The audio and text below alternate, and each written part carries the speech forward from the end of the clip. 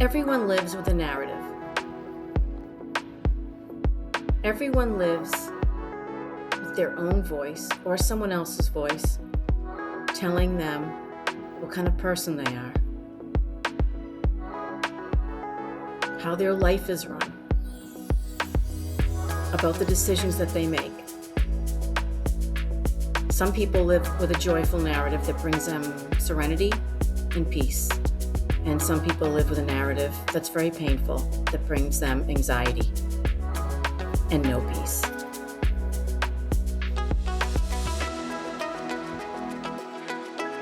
Hi everyone, welcome. I hope that, and I pray, and I wish that whoever you are, wherever you are in your life, that you are free from the false, toxic messages, the toxic, false narrative that you may have grown up with that told you that your caregivers, that people who raised you, told you that you either were not enough, that you were insignificant, that you were irrelevant, that you should never have been born, that you should question your mere existence, that you should be doing things differently, that you don't do anything right, and you question everything that you do and that you say. I hope you're free from that. Because living with that false toxic narrative, I know I lived with that false toxic narrative for several years. I've been in recovery now for 8 years, and I'm 64 years old. And even at 64, I still hear that message that I'm not enough. Everybody lives with a narrative. Everyone, no matter who you are, no matter where you're from, everyone lives with some kind of narrative. It's that talk that we give ourselves that tells us who we are in relationship to the people around us, in the relationship to the world around us, in relationship to our choices about who we're with, who we marry, the job that we take, the clothes that we wear. Everyone lives with a narrative. Not all narratives are good. And I'm finding out, since I've been in recovery, that there's a huge amount of people whose narratives were built in a really negative, toxic way, starting when they were young. My narrative, my negative, toxic narrative, my false narrative, came from two really toxic, abusive, immature parents. They didn't have a good narrative for themselves. And parents who are raising children who don't have a good narrative for themselves cannot possibly give a good narrative or help create and support a narrative, a good narrative, a true narrative about who their children are to their children. They cannot do this. I don't care what magic pill you take, what spirituality you grew up with, what religion you are, who you pray to, what you pray to. None of that matters. If you don't have it for yourself, you cannot give it to your children. So in today's video, I want to talk about 3 real examples of what one of my parents did to create a narrative for me that I was not enough, I was irrelevant, I was insignificant, my existence didn't matter, and I didn't matter. The first one is, and all these examples were from the time that I was right around 13 up until 17 or 18. Now, this parent, my mother, is still alive, and she's still trying to give me these messages that I don't matter. I'll go into a little bit of that after the 3 main examples that I want to give you on today's video. The first one happened when I was somewhere between 13, 14, 15. My mother and I were shoveling our walkway on the house that we lived in. And we were kind of close together. We were probably too close together. And we were shoveling, and she went down to shovel. And when she flipped her snow back on her shovel, she hit me on the bridge of my nose right here. I still have a scar. I've always had a scar. And it was an accident. She did not mean to do it. I stopped and I said something like, ow. And then when I put my finger to my nose, I took it away and there was blood. And I got really upset. I started to get very anxious. I was scared. What just happened to me?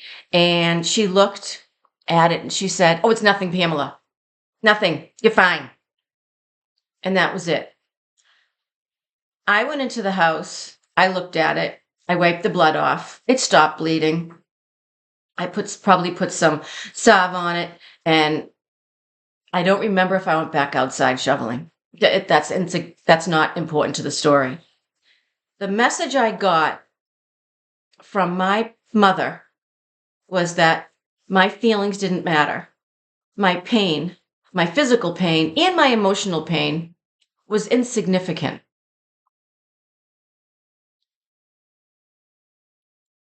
I was just to carry on with the day. She could not acknowledge the fact that she hurt me. She couldn't do it. Now, I didn't see that at the time. I was 15 years old, 14 years old. In my 15, 14-year-old mind, I could not process that this was her stuff. Her not being able to deal with or say, "I'm sorry" to me was her stuff. That was not mine to carry. But I ended up carrying her shame like it was my own.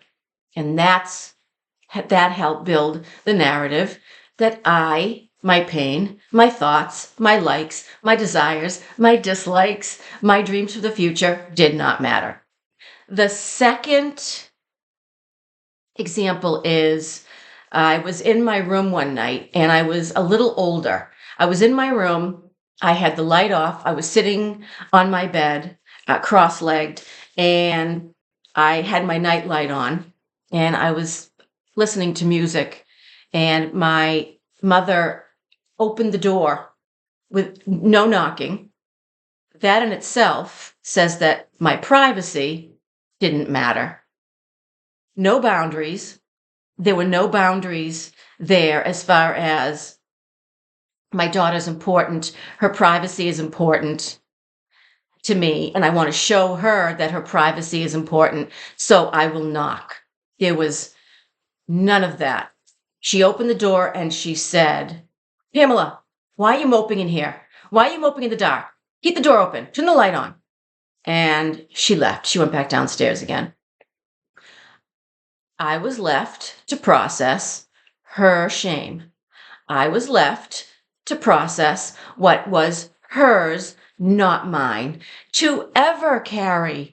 We are never supposed to carry our parents' shame, their feeling of insignificance that they got. I know my mother got it. She got it from her mother. If you met my grandmother, you would know. I loved my grandmother. But she was a toxic woman, and she got that from my great grandmother, and so on. So my mother's pain, emotional pain about, and her narrative about who she was never mine to carry. But I was 16, 17 years old, and I'll say it again. A child cannot process their parents' pain. We were not meant to ever process our parents' pain. We are not at the age where we can process anyone else's pain like that. And we're not meant to carry it. I never was. Never, ever, ever meant to carry it. That's the truth. I was never meant to carry that. The third example, the third way my mother showed me without actually saying the words "I didn't matter." I was at a doctor's appointment with her, and we were sitting side by side. I don't remember whose appointment it was, hers or mine. That doesn't matter. She reached over and took out of her pocketbook an open envelope, and she handed it to me, and she said, "Here, this is yours." And I took it, and I don't remember exactly what my first thought was, but I know that she said it was mine, and it was opened. That was a little weird.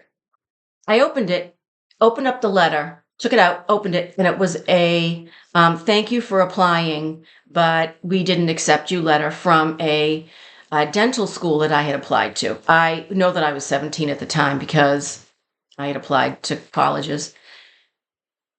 It was addressed to me. Nowhere was her name on it. Nowhere. She had crossed a huge boundary, and she had completely destroyed any kind of privacy that I should have had because I didn't matter. And that was the message that I had been raised with from 13, 14, 15, 16, and now I'm 17. So now I don't I don't even think that I questioned why she opened it. She opened it because she's my mother and I don't matter. And that's the narrative that I immediately went to. And that's the narrative that I went to all my life until I entered recovery at 56 years old. 56. That was the narrative. And even though I did have a successful career in education and I retired and I loved what I did, teaching and then school administrator, it was always spotted and dotted with emotional pain. I hit it 99% of the time. But there was that 1% when that narrative that I didn't matter, that I was insignificant, that my existence really questioned my existence, Pam, that came into play. So there was this, and more recently, there was another instance that I wanted to add to this video. I didn't plan to, but it just keeps happening. So um, I went out to lunch with my sister and my mother recently, and we were sitting at the same table, three of us, one, two, three, and my mother, my mother's, um, her plan for that lunch, so I figured out during the lunch, was to exclude me from the conversation.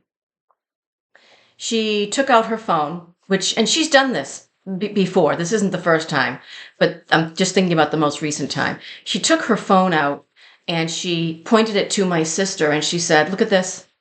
What do you think of this?" And she never included me and said, "Pam, look at this. Do you remember this?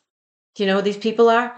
She just showed my sister. So my sister took her phone and seeing that my mother excluded me, she showed me the picture. So it's still happening to this day. How do I deal with that as a 64-year-old woman whose mother is still trying to get her to see that she's insignificant? Now, my mother knows I'm not insignificant. She knows that I'm enough. She has seen me grow up. She has seen me with a career. She has seen me be a mother. She sees me be a grandmother now. And she's still trying to write my narrative that I don't matter. And I now know it's because of the way she feels about herself. That's the most true statement I could ever make on my channel. That the way we are treated speaks to how people feel about themselves. It took me a long time to believe that, a long, long time. But now I know that that's true. The way people treat us are really the way they feel about themselves. And some people just desperately want to bring us down to their level, to that level, because they can't stand to see someone else feeling good about their life. It makes them feel even worse about theirs. So I have to be honest with you. This particular, phone incident, "Hi, look at this," and then I'm over here and she doesn't include me. It makes me angry at first, and then I have to take a few deep breaths and realize it's not about me. It still gets to me at times because even after 8 years of recovery, I still get triggered. And I might always get triggered. I don't I don't know. I can't say that for sure, but right now I still get triggered. Not all the time, but I don't like to be around her. She'll never see this video. Neither will anyone else in my family. I don't like her. There was a point in my life when I was younger when I did think that I needed her. I don't like her. I of course I don't love her. We don't have a relationship we don't have any kind of connection, even though she's my mother and I'm her daughter. We don't have an emotional connection. And if I don't have an emotional connection with you, I can't possibly love you. I can tolerate you. I tolerate her. I'm not disrespectful to her. I do talk about her behind her back with my sister. Um, and that's is if you might say that's being disrespectful, maybe. Um, I understand that. But that narrative comes back. Every once in a while, she will trigger that narrative and it will come back. So my hope in disclosing all this personal information to you is that you watch this and you might say that, yeah, that still happens to me, or this happens to so and so, and share the video if you think someone else can listen to what I'm saying and maybe process their own negative narrative that was built by immature, toxic parents, and maybe start to process their own pain, their own emotional pain. And thank you for watching, and subscribe and like this video. I know people watch this, and I have new subscribers. I have old subscribers. Thank you so much for subscribing, because when you subscribe, it tells me that you like the content, and I love making this content because there's so much in my life that I want to disclose, because I think there came a point in my life where it was like, why did this all happen? I know I'm in recovery and I'm feeling much better, but why did this all happen? Why does this happen to people? Why does this have to happen? And how can I make sense of it? And this is my way of making sense of it. So thanks for watching, and bye for now.